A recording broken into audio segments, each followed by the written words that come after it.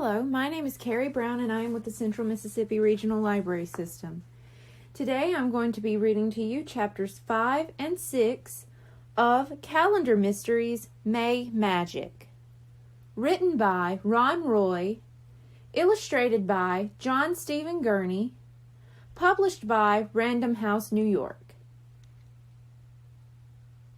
Chapter 5. Once a duck, always a duck. "Brian, she's quacking and singing duck songs. Mom's still a duck," Bradley gasped. They raced back to their room. "Hypo must have messed up again," Bradley said. "She looks like Mom, but she's a duck." He threw himself on his bed. Brian laughed. "Good thing I didn't ask Hypo to make her love rhinos," he said. Just then Josh walked into the twins' room. "You guys aren't ready yet?" he said. "Ready for what?" Brian asked. "Dude, it's Mother's Day," Josh said. "Dad's taking us all out for lunch. You guys have to take showers and wear clean clothes." "We would, except we can't get in the bathroom," Brian said. "Mom's been in there for hours." "Yeah, she's playing in the tub like a kid," Bradley added. "Or like a duck," he said to himself. "Have you noticed anything different about Mom?" Brian asked Josh. Josh thought for a minute. "Not really," he said, But what?" Bradley asked. "Last night after we got home from the high school, I came down for a snack," Josh said. "Mom was in the kitchen." "What was she doing?" Brian asked. "Well, she had all these vegetables on the table," Josh said. He had started to whisper. "There was corn, peas, lettuce, a whole bunch of stuff. And she was eating it all. But she wasn't using a knife and fork." The twins just stared at Josh. "Guys, she was eating with her fingers," Josh said. "And for the peas, she didn't even use her fingers." "You mean she just..." Bradley said. "Yup, she just bent over and ate them off the table like Pal does with his treats." "Or like a duck eats," Bradley thought. He glanced at Brian. By the look on Brian's face, Bradley knew his twin was thinking the same thing. Their mom was a duck. The three brothers jumped when their mother suddenly appeared in the bedroom. She was wearing a fluffy white bathrobe. "The bathroom's all yours, boys," she said. Then she hurried down the hall. "Be ready in a half hour," Josh said to the twins, then went to his own room. "What are we going to do?" Bradley asked. "About what?" Brian asked. "Our mother, you dope," Bradley said. "She's eating like a duck. She's quacking and singing duck songs and splashing in the tub. Next thing you know, she'll be flying around the house. You and your brilliant idea to have her hypnotized." "Chill out," Brian said. "So what if she eats with her fingers? She's still our mom." "She's a duck," Bradley yelled. "And what's Dad gonna say when he finds out he's married to a bird?" "Dibs on the shower," Brian yelled. He grabbed his towel and ran for the bathroom. Bradley didn't care if his brother got the shower first. He was getting a headache. He should never have let Brian talk their mom into going up on stage with Hypo. Bradley followed Brian down the hallway. Suddenly he heard a scream from the bathroom. Brian stuck his head out the door. "Bradley, come here, quick!" Bradley walked into the bathroom. His bare feet crunched on something. He looked down. He was walking on corn kernels, the kind you use to make popcorn. The stuff was all over the floor. Brian grabbed Bradley and pulled him over to the tub. He yanked the shower curtain back. Bradley gasped. Filled on the bottom of the tub were at least 10 yellow rubber duckies. Chapter 6. Mud Puddles for Mom. "Where did they come from?" Brian asked. "We used to play with them in the tub when we were little," Bradley said. "I think Mom kept them in the attic." Brian stared at his brother. "You think she really is a..."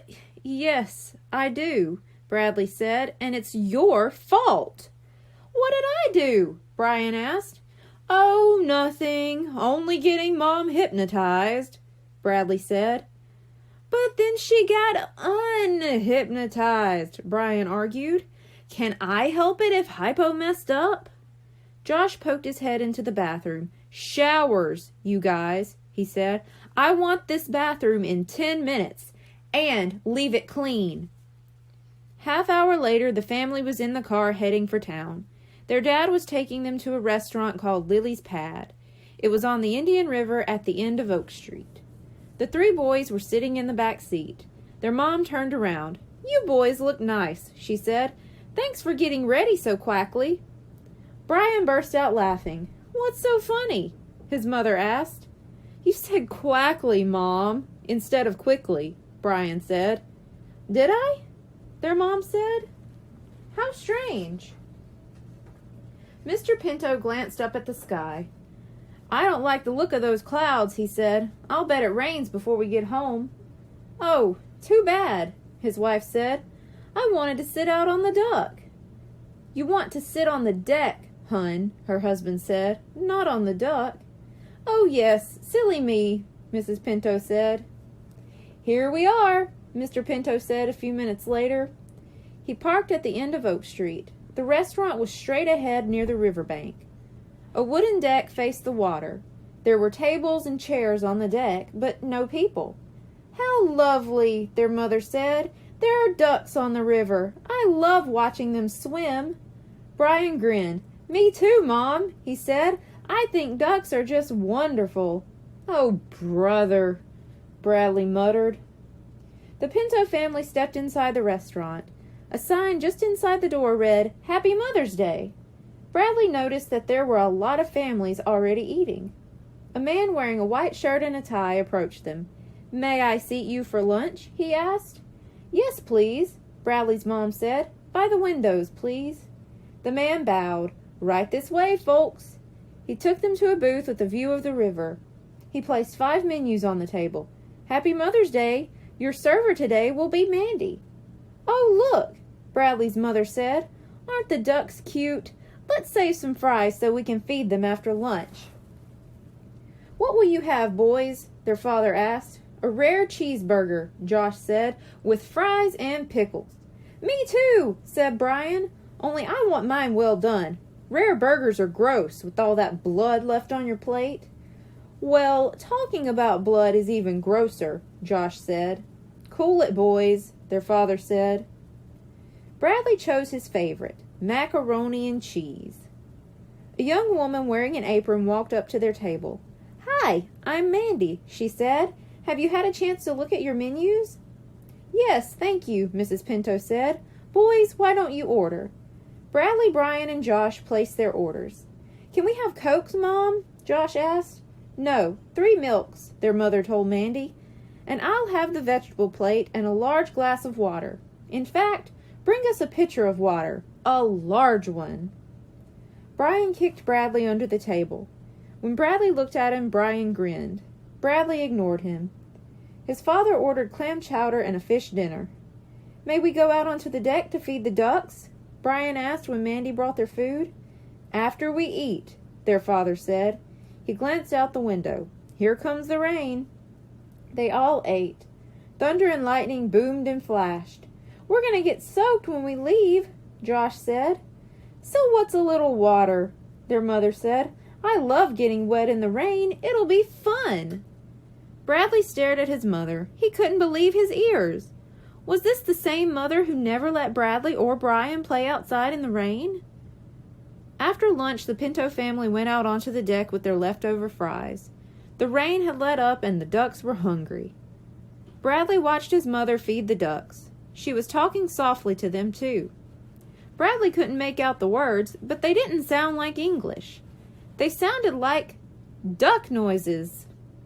When the fries were gone, the family hurried toward the car.